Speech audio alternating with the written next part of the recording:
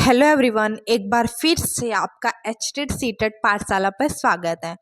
तो जैसे कि आपको पता है, यहाँ पर आपको एचटेट सीटेट से हर जो भी छोटी बड़ी अपडेट है वो मिलती है और साथ साथ आपको एचटेट सीटेट की तैयारी भी करवाई जाती है।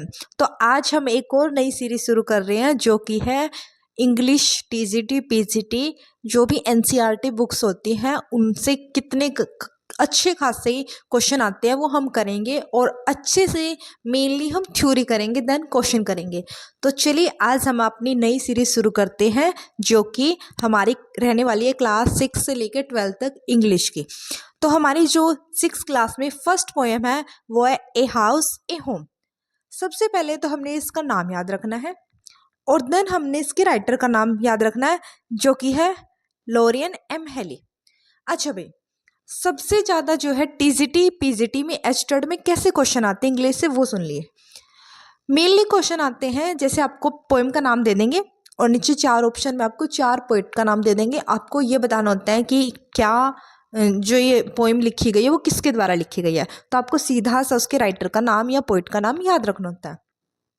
अब यहाँ मेन जो क्वेश्चन उठता है कि हर क्लास में 30 से 40 चैप्टर होते होते हैं।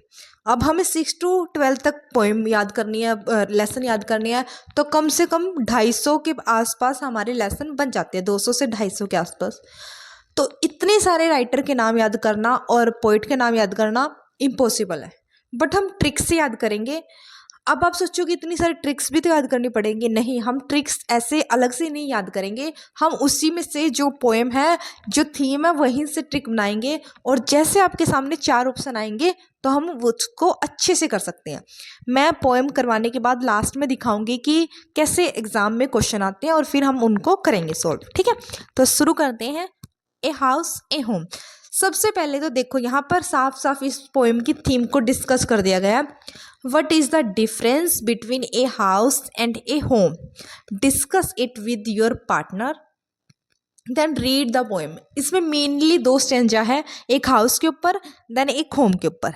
बस ज़्यादा कुछ नहीं है। वो बता रहा है कि हाउस किससे बना होता है और एक होम किससे बना होता है। तो देखिए, what is a house? House क्या है? इट इज ब्रिक्स, क्या ये ईंटें हैं? एंड स्टोन, स्टोन यानी पत्थर, क्या ये पत्थर है? तो यही बताने हमने, वर्ड्स मीनिंग बस याद कर लेना कि क्या क्या यूज हुए हैं। तो क्वेश्चन आ जाता है कि हाउस जो है किससे बना होता है? It is bricks and stone and wood that is hard, या फिर लकड़ी से जो कि कठोर होती है। तो क्या कहा है इन्होंने 3 लाइन में? व्हाट इज हाउस, घर क्या है, क्या ये लकड़ी है, क्या ये पत्थर है, या फिर क्या ये ईंटें हैं। ठीक है।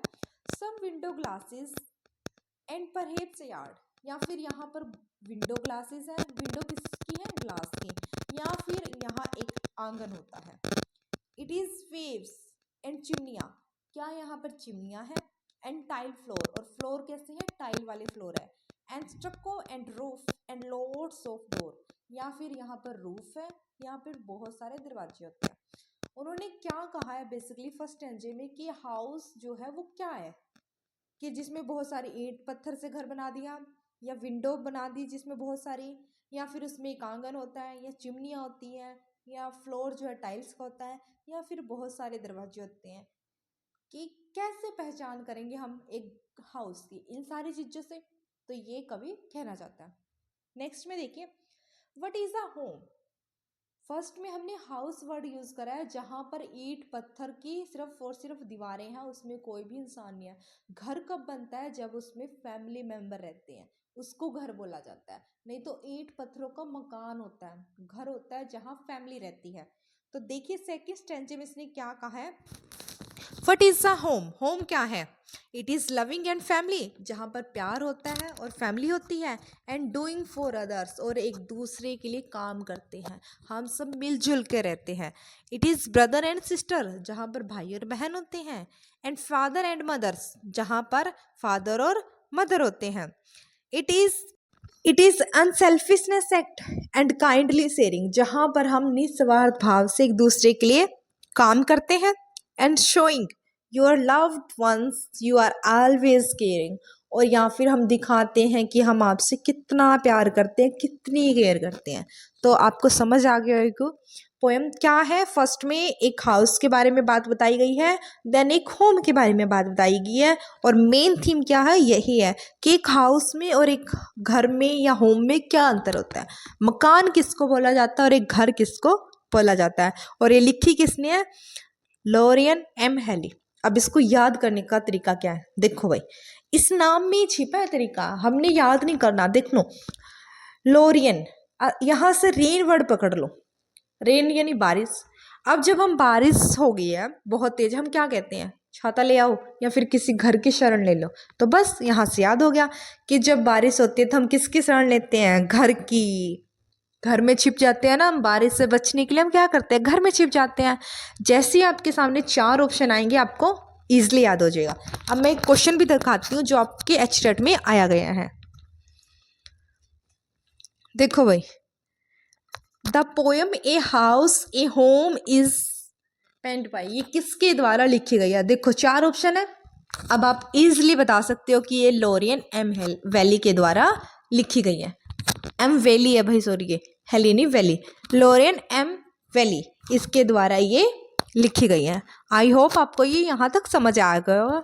अब मैं जो गाइड है वहाँ से भी आपको क्वेश्चन करवा देती हूँ ताकि आपको एक आइडिया हो जाए कि कैसे कैसे क्वेश्चन आते हैं। जैसे देखिए, a house is made of, घर किससे बना होता है भाई, मकान जो है। 4 ऑप्शन है, आप इजली बता सकते हो कि ये ब्रिक से बना होता है। Window are fitted with, window किसके द्वारा फिटेड की गई थी, ऑप्शन में आया था और वहां भी हमने पढ़ा था विंडो जो है ग्लासेस की थी, ठीक है। Floor are made of, floor का भी आया था कि वो टाइल की बनी हुई है। How many doors are there in a house, कितने दरवाजे थे, तो ए लॉट्स ऑफ आया था पोएम में ये भी। अब देखो, what is a home made of, किससे बना होता है, फैमिली से, काइंडनेस से, या अनसेल्फिशनेस से, एक्ट से, किससे बना होता है, तो all of the above, all of this. The act of family member are, कि वो फैमिली मेंबर वो कैसा करते हैं, ये भी हमारा ऑप्शन में आया था। और बहुत ईजी है, ऐसा नहीं है कि आपको एक भी ऑप्शन देखने से या क्वेश्चन पढ़ने से आपको आ नहीं रहा, सब चीज़ें हमारे पोएम में आ चुकी है। What is found in a home, home में क्या होता है, फादर होता है, मदर होता है, ब्रदर होती है, सिस्टर होती है। The work in he home is shared, कि घर में जो भी काम होते हैं वो हम क्या करते हैं, अच्छे से शेयर करते हैं, कैसे, कितने प्यार से शेयर करते हैं या गुस्से में शेयर करते हैं, एक दूसरे का काम कर देते हैं ना कि चल तू नहीं आज कर सकता, मैं कर देती हूँ, ठीक है। ए हाउस हैज, हाउस कैसा है ये बता रखा है भाई, उसमें आई थी ना, चिमनी है, रूफ है, ये सारी चीजें आई थी उसमें, ठीक है। मेन क्वेश्चन देखो जो पेपर में आया हुआ था आपका कि ये पोएम किसने लिखी है, ठीक है। और आई लिव इन, ये मेन क्वेश्चन है, हम लिख देते ना कि मैं घर में रहता हूँ, मैं जंगल में रहता हूँ, तो हमने लिखना है कि मैं होम में रहता हूँ, ना कि हाउस में। दोनों ऑप्शन है भाई, होम भी हाउस भी। तो ये थे हमारे क्वेश्चन जो गाइड में जो कैसे पढ़नी होती है। अच्छा, हमें एनसीईआरटी सबसे पहले समरी करनी है, देन ये जितने भी ऑब्जेक्टिव टाइप क्वेश्चन होते हैं ना, जस्ट इनको कर लो, यहीं से आपके सारे क्वेश्चन हो जाएंगे। पोएम की थीम को याद करना है, और जितने भी अगर मेन कैरेक्टर आते हैं तो वो याद करने हैं, नेम्स याद करने हैं, यहीं से क्वेश्चन आते हैं टीजीटी पीजीटी में। तो चलिए इसी के साथ मैं इस वीडियो को ख़त्म करती हूँ।